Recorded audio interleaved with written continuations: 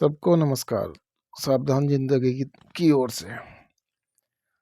देखिए, जीवन यापन तो सभी कर रहे हैं, लेकिन हमें दुनिया में रह करके दिल और दिमाग दोनों का कॉम्बिनेशन चाहिए हमारे पास में।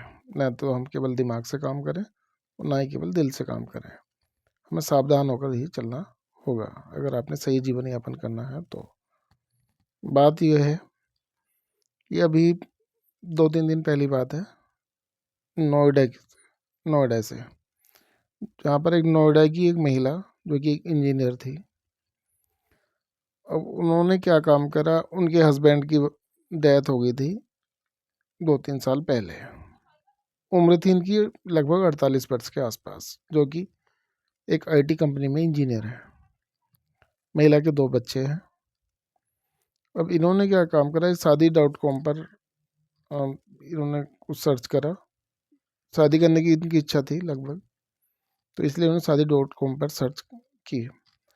अब इन्हें वहाँ पर शादी.com पर एक इनकी मुलाकात हुई कृष्ण विराज नाम के व्यक्ति से,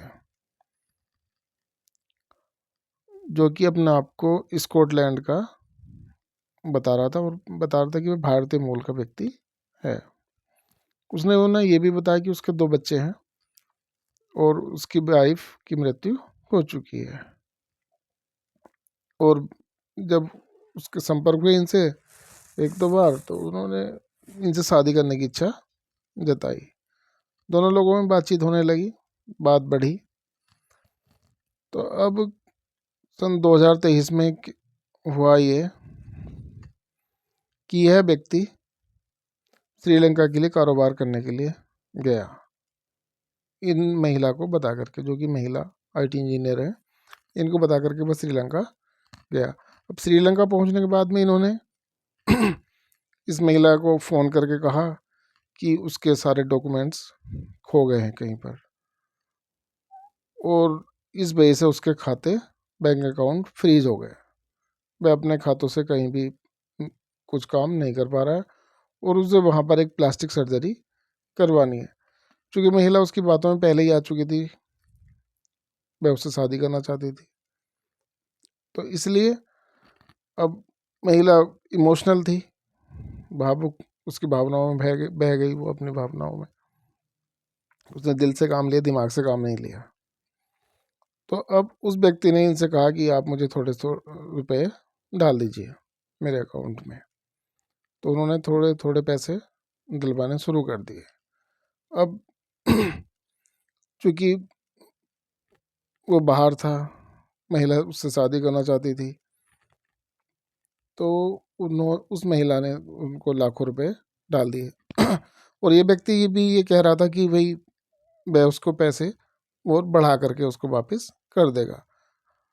तो महिला को भरोसा हो गया, लेकिन भरोसा करना नहीं चाहिए था।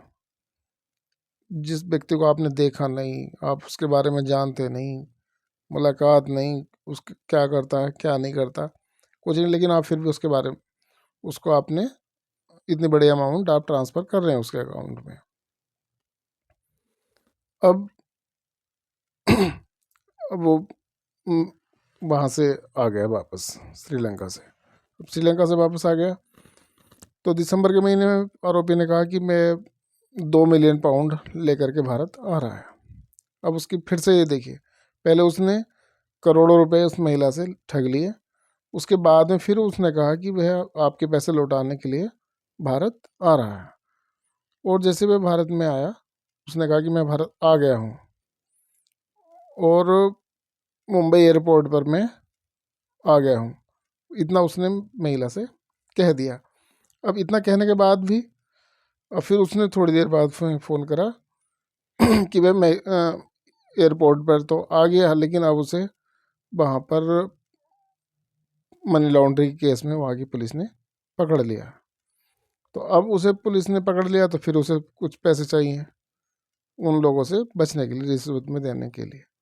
तो ऐसा करके उसने फिर दोबारा से उस महिला से पैसे ऐंठ लिए। और जब महिला ने से पैसे फिर दोबारा से ऐंठ लिए, अब कुछ दिनों बाद में फिर महिला ने फ़ोन करा उसको, तो अब इतने में उसका फ़ोन स्विच ऑफ आया। अब फिर से कोई संपर्क नहीं हुआ। बाद में उस महिला को एहसास हुआ कि यार उसके साथ तो ठगी हो चुकी है। इसलिए हमें चाहिए कि बिल्कुल किसी की भावनाओं में न आकर के ऐसा कोई कदम उठाएं। अपना काम केवल दिल से नहीं, दिमाग से भी लेना चाहिए।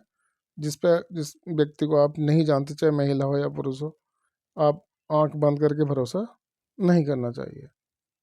धन्यवाद। अपना ध्यान रखिएगा, अपने बच्चों का ध्यान रखिएगा। Thank you.